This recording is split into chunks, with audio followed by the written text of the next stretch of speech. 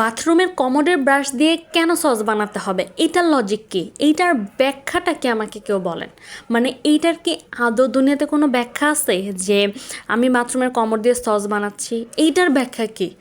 সে যেহেতু বাথরুমের কমোডের ব্রাশ পাইছে, সাথে কি আর কিছু ছিল না পৃথিবীতে? বা ধর আমাদের বাংলাদেশে কি নাই বড় চামচ নাই, বড় কি এমন কিছু নাই, বড় লাঠি নাই বা বড় খুন্তি নাই যে যেটা দিয়ে নেড়ে সসটা মিক্স করা হবে? বাথরুমের ব্রাশ কেন? ওইটা ওইটা কোন কাজে ব্যবহার করতে হবে এটা আমাকে বোঝান। আবার অনেকে বলবে যে হ্যাঁ নতুন একদম কিনে না, ভাই নতুন কিনে এনো কেন ওইটাই ব্যবহার করতে হবে? ওইটাই কেন ব্যবহার করতে হবে? এটার কোনো ব্যাখ্যা কি আদৌ আছে? হ্যাঁ, যে বাথরুমের ব্রাশ দিয়ে ব্যবহার মানে সস বানাতে হবে ওইটাই ব্যবহার করতে হবে, এইটা কেমন ভাই? মানে এই জিনিসগুলো কেমন?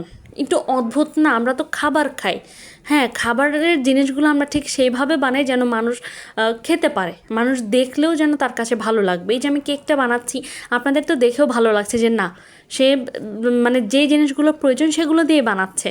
এখন আমি যদি উল্টাপাল্টা জিনিস এনে বানাই, এটা তো আপনারও ভালো লাগবে না, আমারও ভালো লাগবে না। ব্যাপারগুলো কেমন না?